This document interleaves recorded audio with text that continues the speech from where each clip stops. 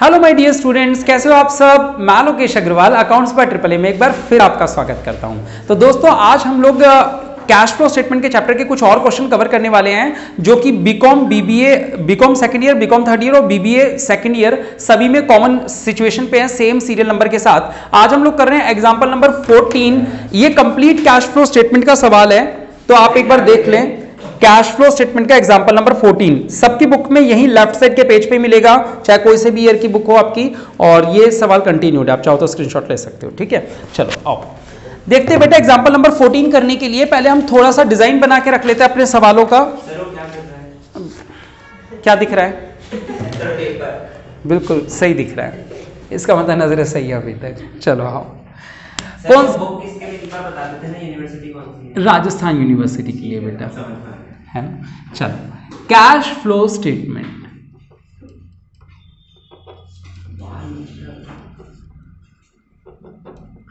Cash flow, phone vibrate हो रहा है क्या किसी का? कैश फ्लो स्टेटमेंट में अगर आप लोगों को याद हो तो यहां जैसे हम सबसे पहले बनाते हैं cash flow from operating activities. ठीक है, यहां पे क्या बनाएंगे? Cash flow from investing activities. यहां बनाएंगे cash flow from financing activities. और थोड़ा सा नीचे यहां पे जाके क्या लिख देंगे बेटा? Net cash flow. ये पॉजिटिव या नेगेटिव कुछ भी आ सकता है, ए प्लस बी प्लस सी, बातें नहीं बेटा। उसके बाद हम इसमें प्लस करते हैं क्या? Opening balance of cash and cash equivalent. तो जो निकलेगा उसको बोलते हैं closing balance of cash and cash equivalent. ठीक है,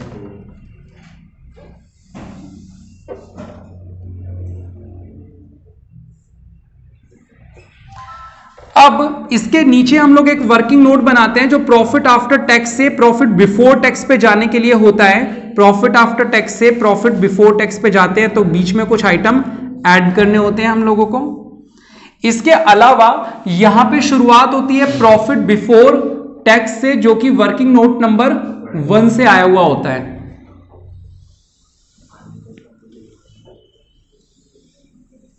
इसमें क्या ऐड होता है बेटा बताओ? इसमें ऐड होते हैं नॉन ऑपरेटिंग एक्सपेंसेस। बिल्कुल सही जवाब बेटा।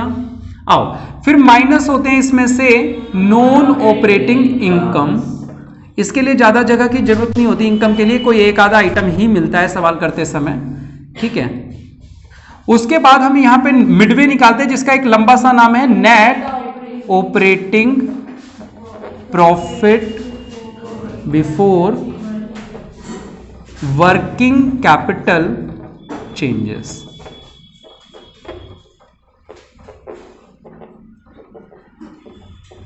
ठीक है, ये आंसर आ जाएगा। उसके बाद मिडवे वगैरह नीचे टैक्स पेड माइनस हो जाएगा अगर सवाल में होगा तो। ठीक है, करें सवाल शुरू। यहां पे हम लोग अपने वर्किंग नोट्स बना लेंगे जो हम लोगों को अगर कोई और कैलकुलेशन करनी होगी तो वो बना लेंगे। ठीक है, चलिए शुरू करते हैं सवाल। देखो बेटा, सवाल में जनरली हर सवाल में क्या होता है वो बता दो। और ये सवाल क्यों स्पेशल है, शुरुआत में नहीं भी होना चाहिए था ये सवाल वैसे तो, या एक सवाल पहले अगला कर ले फिर इस पे ले आऊं आप लोगों को। पहले अगला सवाल कर ले बेसिक वाला, फिर इस पे ले आऊं। नहीं, दोनों ही सवाल करेंगे करने को तो। ठीक है, चलो यही वाला कर लो, छोड़ो फिर आ जाओ। देखो बेटा, सवाल के अंदर हमेशा एक बैलेंस शीट गिवन होती है। जितने भी सवाल आएंगे कैश फ्लो स्टेटमेंट के, उसमें बैलेंस शीट गिवन होगी जिसमें असेट और लायबिलिटीज के ओपनिंग और क्लोजिंग बैलेंस गिवन होंगे। ठीक है, और नीचे कुछ एडिशनल इंफॉर्मेशन होंगी उन असेट या लायबिलिटी से रिलेटेड। इस सवाल में भी बैलेंस शीट है, राइट साइड के पेज पे बैलेंस शीट है जो मेन क्वेश्चन होती है। इस सवाल में ना एडिशनल इंफॉर्मेशन नहीं है, सवाल में एडिशनल इंफॉर्मेशन नहीं है। एडिशनल इंफॉर्मेशन की जगह उन्होंने एक P&L अकाउंट बना के दे दिया। ये P&L अकाउंट ही हमारे लिए एडिशनल इंफॉर्मेशन है। क्लियर है? यानी ये जो P&L अकाउंट है ये हमारे किस चीज का काम करेगा? एडिशनल इंफॉर्मेशन का काम करेगा। और बैलेंस शीट हमारी मेन चीज है जो होती है। ठीक है, चलो बेटा, P&L अकाउंट को नीचे से ऊपर आप देखते हुए चलेंगे। सबसे पहला आपको जो नीचे वर्ड दिख रहा है, अच्छा इसमें जो टोटल्स होते हैं वो काम के नहीं है, जो प्लस या माइनस की एडजस्टमेंट्स होती हैं वो काम की होती हैं। तो देखो जैसे लेस हो रखा है प्रपोज डिविडेंड, दिख रहा है आप लोगों को 1,15,200। अब पहले चेक करो क्या बैलेंस शीट की लायबिलिटी साइड में, करंट लायबिलिटी में कोई प्रपोज डिविडेंड नाम का अकाउंट है क्या। मैंने इसलिए बोला कि जो आपके पास बुक्स हैं ये पुरानी बुक्स हैं, पुरानी बुक्स में प्रपोज डिविडेंड करंट लायबिलिटी की हेडिंग में दिखता था। इस सवाल में है नहीं, वो बात अलग है। अगर होता तो यहां दिखता करंट लायबिलिटी में। आप जब नई बुक लाओगे तो उसमें चेक कर लेंगे इन्होंने बैलेंस शीट के अंदर ही रखा हुआ है या बैलेंस शीट के बाहर निकाल के फेंक दिया है। फिलहाल अभी हम क्या मानते हैं कि चलो अकाउंट तो दे ही नहीं रखा, तो यही हमारी एडिशनल इंफॉर्मेशन हो गई। ये प्रपोज डिविडेंड एक जगह जाना चाहिए, दो जगह इंफॉर्मेशन दो जगह जाएंगी। तो यानी कि कितना है ये 1,15,200, एक बार यहां माइनस हो जाएगा डिविडेंड पेड 1,15,200 और एक बार यहां पीएटी नहीं बेटा, डिविडेंड यहां पे नहीं, शेयर होल्डर से रिलेटेड आइटम पीएटी वाले में प्रपोज्ड डिविडेंड 1,15,200। चलो उसके बाद बेटा और ऊपर चलते हैं तो हमें मिला बैलेंस प्रॉफिट पिछले साल का, उससे ऊपर चलते हैं तो प्रॉफिट आफ्टर टैक्स मिल गया 1,34,400। प्रॉफिट आफ्टर टैक्स 1,34,400 वैसे तो मिल गया, डायरेक्ट यहां लिख सकते हैं 1,34,400, लेकिन हम यहां से नहीं लिखेंगे। हम जो प्रॉफिट आफ्टर टैक्स लिखेंगे वो बैलेंस शीट में जो रिजर्व एंड सरप्लस में पी एंड एल दे रखा होगा ना, देखो बैलेंस शीट में रिजर्व एंड सरप्लस में statement of P and L दे रखा है, हाँ या ना, हम उसका डिफरेंस यहां पे लिखेंगे। बताओ बेटा कितना है, दो नया वाला कितना है 2,62,080, 2,62,080 उसमें से माइनस करो प्रीवियस ईयर 2,42,880, 19,200। हाँ पी एंड एल वाला ही लिया है। अच्छा पी एंड एल अकाउंट वाला नहीं, हम बैलेंस शीट में से जो दिखता है वो वाला लेंगे यहां पे, ठीक है। आओ आगे बढ़ते हैं। प्रॉफिट आफ्टर टैक्स से ऊपर चलो, प्रोविजन फॉर टैक्स दिख रहा है, ये एक एडिशनल इंफॉर्मेशन है, यानी इस साल प्रोविजन इतना आपने बनाया टैक्स का। जरा चेक करो करंट लायबिलिटी में कोई प्रोविजन फॉर टैक्स नाम का अकाउंट है क्या? अब इनकम टैक्स का अकाउंट भी है, ऊपर बैलेंस भी है और एडिशनल इंफॉर्मेशन भी मिल गई। जिस चीज का बैलेंस भी है और इंफॉर्मेशन भी है उसका क्या बनाना चाहिए? अकाउंट बनाना चाहिए। अकाउंट का नाम क्या है? Income tax payable account. ये प्रोविजन फॉर टैक्स का ही दूसरा नाम है बेटा, income tax payable account, provision for tax का दूसरा नाम है ये। आओ ओपनिंग बैलेंस इस तरफ लिख दो, बाय बैलेंस बीडी कितना है? 19,200। ओपनिंग 19,200 और क्लोजिंग 21,120। अब अगर आपको याद हो तो यहां तो आता है टू कैश पेड वाली वैल्यू और यहां आती है by P and L made वाली वैल्यू। अब सवाल में ना तो पेड लिखा है ना मेड लिखा है, लेकिन हां पी एंड एल अकाउंट बना के दे रखा है जिसमें जो प्रोविजन है वो यानी कि कौन से वाला होगा? ये वाला होगा, मेड वाला। कितना है बेटा पी एंड एल मेड? 1,40,800, 1,40,800। अब इनका टोटल कर दीजिए, 2 और 8 10, 1 और 9 10, 1 और सॉरी 1 और 10, 1 और 1 2 और 4 6, टोटल चेक कर लो, सही है 1,60,000। 2 और 8 10, 1 और 1 2 और 8 10, 1 और 1 2 और 8 10, 1 और 2 3 और 3 6, 1 38 है, 39 आएगा, 8 आएगा, हाँ ठीक है सही है। अब ओपनिंग क्लोजिंग तो कहीं नहीं जाएंगे, जो प्रोविजन बनाया वो पीएटी में प्लस हो जाएगा और जो पे किया वो ऑपरेटिंग एक्टिविटी के बिल्कुल लास्ट में माइनस हो जाएगा। तो यहां पे provision for tax working note number 2 से ये बात पता चली हमें 1,40,800 सुमित आ रहा है। और यहां ऑपरेटिंग एक्टिविटी में जो बिल्कुल लास्ट में माइनस होता है tax paid, working note number 2 1,38,880, ये यहां माइनस हो गया। कोई डाउट किसी को? क्लियर है, चलो ठीक है। आगे क्या दे रखा है और ऊपर चलते हैं। Total expenses, profit before tax तो टोटल है, टोटल एक्सपेंसेस भी टोटल है। अदर एक्सपेंसेस में लिखा है कि ये ऑपरेटिंग थी, हमें वो चाहिए होते हैं जो नॉन ऑपरेटिंग हो। ऑपरेटिंग से तो कोई दिक्कत नहीं है ना, चलो ठीक है। और ऊपर चलो, सैलरी एंड वेजेस से कोई दिक्कत नहीं है। डेप्रिसिएशन है 96,000 का। अब ये डेप्रिसिएशन बाहर दे रखा है इंफॉर्मेशन में, ठीक है, और अंदर फिक्स्ड असेट्स भी है हमारे पास। असेट साइड में टेंजिबल फिक्स्ड असेट्स में लैंड और बिल्डिंग एंड इक्विपमेंट है। बेटा डेप्रिसिएशन किस पे लगता है, लैंड पे या बिल्डिंग पे? बिल्डिंग पे लगता है, यानी ये जो इंफॉर्मेशन है कौन से अकाउंट से रिलेटेड है? बिल्डिंग एंड इक्विपमेंट से। आओ वर्किंग नोट नंबर 2 ये था, वर्किंग नोट नंबर 3 बना रहे हैं। लैंड का अकाउंट क्यों नहीं बनाया? क्योंकि उस पर डेप्रिसिएशन नहीं लगता। Building and equipment account, opening closing डाल दें, टू बैलेंस BD, बताओ कितना है opening?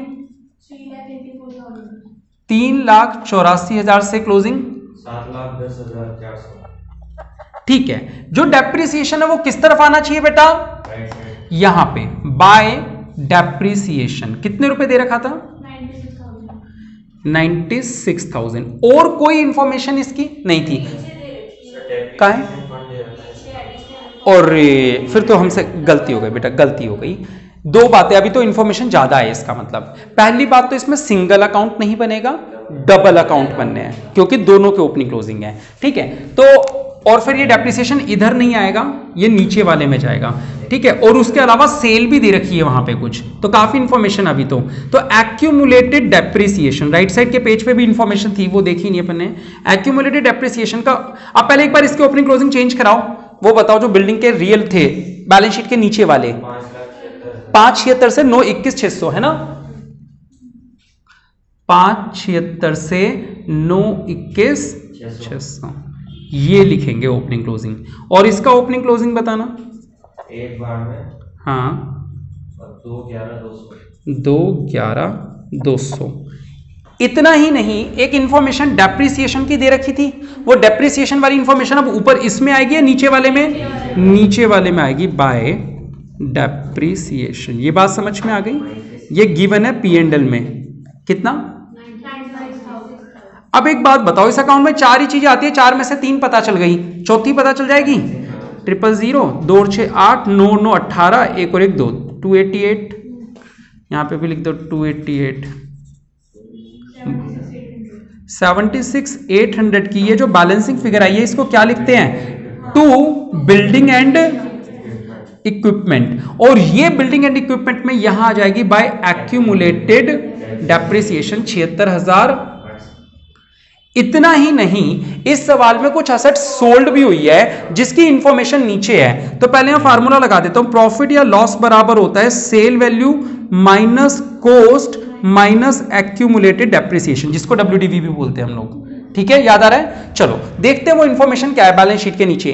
Cost of equipment sold है 1,15,200, यानी ये हमें पता है 1,15,200। क्या आप बता सकते हो एक्यूमुलेटेड डेप्रिसिएशन कितना है? बिल्कुल सही जवाब, 76,800 का। समझ में आ रहा है? प्रॉफिट आप लोग देखो जरा, स्टेटमेंट ऑफ P&L में चलोगे तो डेप्रिसिएशन से और ऊपर चलो, कोरफो दे रखा है, काम का नहीं है। टोटल रिवेन्यू काम का नहीं है। Profit on sale of equipment 19,200, ये एक बार यहां लिखोगे 19,200 और दूसरी बार यहां पे टू P&L ब्रैकेट पे प्रॉफिट 19,000। बाहर वाली हर इंफॉर्मेशन दो जगह 19,200, एक बार यहां आ गया, एक बार यहां आ गया। ठीक है, ये जो डेप्रिसिएशन है एक बार 96,000 यहां आ गया, दूसरी बार नॉन ऑपरेटिंग एक्सपेंसेस में प्लस आ जाएगा। यहां पे डेप्रिसिएशन ऑन इक्विपमेंट कितना? 96,000। दो जगह चले गया 96 भी। एक डेप्रिसिएशन उठाया P&L से, दो जगह चले गया। एक उठाई हमने प्रॉफिट, एक बार यहां पे आ गया, एक बार यहां आ गया, हो गया दो जगह। और हमने बाहर से क्या उठाया? कॉस्ट। कॉस्ट नहीं जाती बेटा, कॉस्ट केवल इस कैलकुलेशन में आती है, वो यहां नहीं आती। और सेल वैल्यू अभी निकाल रहे हैं, ये नहीं, सेल वैल्यू 19,200, ये कितना आएगा? हेल्प करो, 38,400। ये इधर आके प्लस हो जाएगा तो सेल वैल्यू हो जाएगी 4 और 2, सॉरी 57,600। ये सेल वैल्यू दूसरी बार कहां आएगी बेटा? यहां पे आएगी, बाय कैश ब्रैकेट में सेल वैल्यू कितनी आ जाएगी? 57,600। ठीक है, अच्छा सेल, अच्छा इन चीजों को मार्क कर ले, हो गया ये तो कंप्लीट। इस अकाउंट का बैलेंसिंग फिगर निकाल लो। 8 और 6 14 और 6 20, यहां से लगी 2 2 और 6 8 7 15 और 1 16, 1 और 2 3 और 5 8 और 7 15, 1 और 9 10, 10,56,000, 10,56,000, 2 और 8 10, 1 और 6 7 और 9 16, यहां से लगी 1 और 7 8 और 1 9 6 15, 1 और 5 6 और 4 10, 4,60,800 आ रहा है। ये बैलेंसिंग फिगर जो आता है, बोलो इसको क्या बोलते हैं? याद है? टू कैश यानी कि परचेज। बिल्कुल सही बेटा, ये हमारी परचेज निकली है। अब ये चीजें जाती कहां हैं? आओ जरा मार्क कर लेते हैं बेटा। ओपनिंग क्लोजिंग कहीं नहीं जाते, ये चीज ऑलरेडी दो जगह आ चुकी है, ये कहीं नहीं जाएगी। सेल वैल्यू इन्वेस्टिंग एक्टिविटी में प्लस हो जाएगी, खरीदा इन्वेस्टिंग एक्टिविटी में माइनस हो जाएगा, और प्रॉफिट जो हुआ वो नॉन ऑपरेटिंग इनकम में माइनस हो जाएगा। डेप्रिसिएशन जो था वो नॉन ऑपरेटिंग एक्सपेंसेस में प्लस हो जाएगा। आओ एक एक करके इन चीजों को डाल देते हैं बेटा। इन्वेस्टिंग एक्टिविटी में आके लिख देते हैं सेल ऑफ इक्विपमेंट। तो ये सवाल याद रहेगा। ये पी एंड एल वाला सवाल थोड़ा सा स्पेशल होता है, पूरे चैप्टर में शायद एक या दो ही सवाल होते हैं पी एंड एल वाले ऐसे। सेल ऑफ इक्विपमेंट बेटा वर्किंग नोट नंबर 3। हाँ बताना। 57,600। फिर परचेज ऑफ इक्विपमेंट माइनस हो जाएगा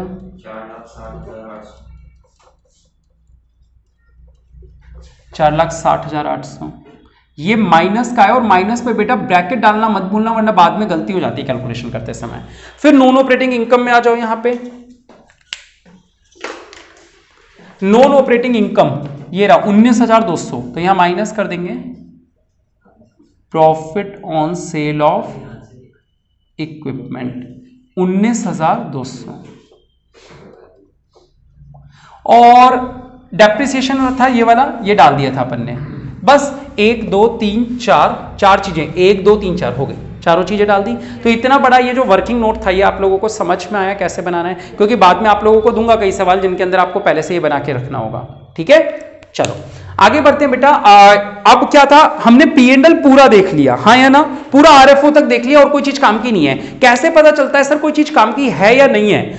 वो आइटम जो हमने कैश फ्लो स्टेटमेंट में पढ़ा हो, वो शब्द अगर दिख जाए तो काम का है, अगर उनके अलावा कोई शब्द हो तो काम का नहीं है। तो जैसे आपने देखा डेप्रिसिएशन वो काम का था, ले लिया काम में। कोरफो कहीं आता है क्या कैश फ्लो स्टेटमेंट में? नहीं। और ऊपर चलो, अदर इनकम में प्रॉफिट ऑन सेल है, प्रॉफिट तो काम में आता है, ले लिया काम में। आरएफओ कहीं नहीं दिखता हमारे कैश फ्लो स्टेटमेंट में, नहीं आता काम। आ रही है बात समझ में? चलो ठीक है, आगे बढ़ते हैं। अब बैलेंस शीट पे चलते हैं, एक एक आइटम लाइन से पढ़ते जाएंगे और उसका एक एक जगह ट्रीटमेंट होगा केवल। आओ, शेयर कैपिटल 576 से 710 की हो गई, बढ़ गई बेटा, कहां जाएगी बताओ? फाइनेंसिंग एक्टिविटी बेटा, फाइनेंसिंग। लाइबिलिटी साइड के आइटम बढ़ते हैं तो प्लस करते हैं, पहला बात तो कॉन्सेप्ट ये। दूसरा ये कि जाएगा कहां पे? सर शेयर इशू हुए होंगे, issue of equity share capital. Difference निकाल के बताओ जल्दी से। 6 और 4 10, 1 और 7 8, 3 11, 1 और 1 2, 1 3 4, हाँ बिल्कुल सही बेटा, ठीक है। उसके बाद रिजर्व एंड सरप्लस ले चुके हैं, नॉन करंट लायबिलिटी है नहीं। करंट लायबिलिटी में ट्रेड पेबल जो कि डिक्रीज हो गए बेटा, ट्रेड पेबल यहां आएंगे, डिक्रीज इन ट्रेड पेबल, सीधा चलते हैं, यानी कि घटा तो माइनस और बढ़ा तो प्लस। बताओ बेटा कितना? 9,600, माइनस करेंगे इसको। उसके बाद है आउटस्टैंडिंग एक्सपेंस जो कि बढ़ गए बेटा, तो प्लस करेंगे। इंक्रीज इन आउटस्टैंडिंग एक्सपेंस कितना? 48,400, ये यहां आ जाएगा। फिर इनकम टैक्स हो चुका, हाँ बोलो, एक बार कैलकुलेटर पे निकालो आपने, हाँ कैलकुलेटर पे निकाल लो, ठीक है। 38,400 बेटा, इनकम टैक्स का ऑलरेडी हम बना के ट्रीटमेंट कर चुके हैं, अब उसे नहीं देखेंगे। असेट साइड में लैंड अकाउंट को देखेंगे अभी, जो कि बढ़ गई क्योंकि हमने खरीदी होगी, तो purchase of land investing activity में आएगा बेटा, कितना? पक्का? 8 और 16 कुछ 12, चलो ठीक है, 76,800, और ये नेगेटिव आएगा क्योंकि खरीदी है। उसके बाद कहाँ गए अपन लोग? हाँ, बिल्डिंग वाले का अकाउंट बन चुका है, इन्वेंट्रीज डिक्रीज हो गई बेटा, तो यहां माइनस कर दो, डिक्रीज इन इन्वेंट्री 2,68,800 माइनस, एक सेकेंड, प्लस होगा बेटा क्योंकि असेट साइड में उल्टा चलना है ना, उल्टा चलेंगे असेट साइड में। फिर ट्रेड रिसीवेबल इंक्रीज हो गए, इंक्रीज इन ट्रेड रिसीवेबल कितना? 1920, सॉरी 1920, हाँ। उसके बाद है, कहाँ गया? कैश का ओपन, हाँ बोलो बोलो। 20 तो आ नहीं सकता क्योंकि 800 और 600 है, तो 20 तो आ ही नहीं सकता।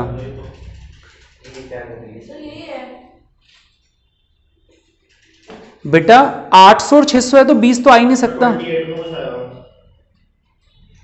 200 तो नहीं आ रहा। 28,800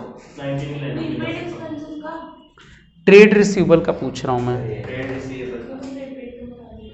अच्छा चलो प्रीपेड में लिख देता हूं, क्या था, इंक्रीज है डिक्रीज है? Increase in prepaid expenses. और बीच में कैश का ओपनिंग दे रखा है कितना, 96,000, वो यहां आएगा। और क्लोजिंग कितना दे रखा है, 1,15,200, वो यहां आएगा। बेटा अब आप यहां बैठे बैठे ये अश्योर कर सकते हो कि अगर आपका यहां जो final answer a + b + c है, 2 6 और 9 15, 1 और 10 और 1 11, अगर वो 19,200 पॉजिटिव का आ जाए यानी आपने सवाल सही किया है, नहीं आता यानी सवाल में कोई एरर है आंसर के अंदर। ठीक है, आओ बेटा कर लें सॉल्व इसको। ये 19,200, हेल्प करोगे मेरी, पीबीटी निकालो। 2 और 2 4 और 8 12, हाथ से लगी 1 1 और 10 और 5 15, 1 और 4 5 और 1 6 और 1 7, 2,75,200। अभी कर तो लो ठीक से, 2,75,200, हेल्प करो, 200 से 200 कैंसिल, 9 9 5 और 6 11, 3,52,000। ये लो, ये बताओ 8 और 16, 1 और 5 और 9 6, 1 और 1 2 और 8 10 और 8 18, कौन से में नहीं लगाया? हाँ तो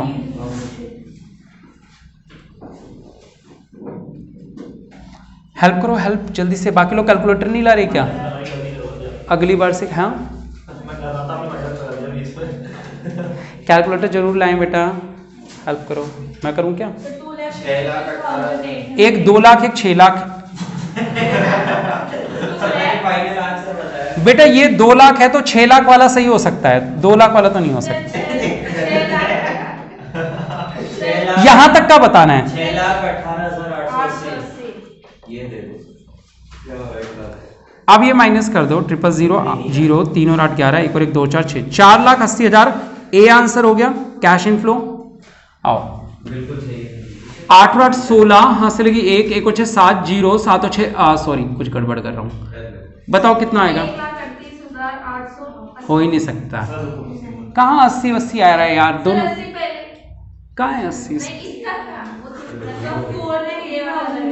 4 लाख माइनस का 480। आओ सी, 2 और 4 6, 5 और 4 9, 1 और 3 4, 1 और 1 2, 2 49 600। सी अब करो आप लोग दुआ, 480 से 480 कैंसिल, 2 49 600 यानी कि गलती हुई है। हाँ फाइनेंसिंग है ना 19,200 माइनस होगा नहीं होगा। हाँ ये ब्रैकेट लगाना है यहाँ पे। मैंने आपसे थोड़ी देर पहले भी बोला था कि अगर ब्रैकेट लगाना भूले तो गड़बड़ हो जाएगी। चलो हो ही गई गड़बड़, 2 और 2 4, 5 और 9 14, 1 और 1 2 और 1 3, 19,200। और देखो ये आंसर मैच हो गया, आपकी दुआ कबूल हो गई। 480 से 480 कैंसिल, 19,200 हो गया, वही दुआ कबूल। अच्छा ब्रैकेट लगाना बेहद जरूरी होता है, वरना कैलकुलेशन में लास्ट में फंस जाते हैं, फिर ढूंढते रह जाओ कि कहां गलती हुई होगी, है ना। चलिए तो कैसा लगा सवाल बेटा, लाइक और कमेंट करके जरूर बताएं। बहुत बहुत शुक्रिया। जय हिंद, जय भारत।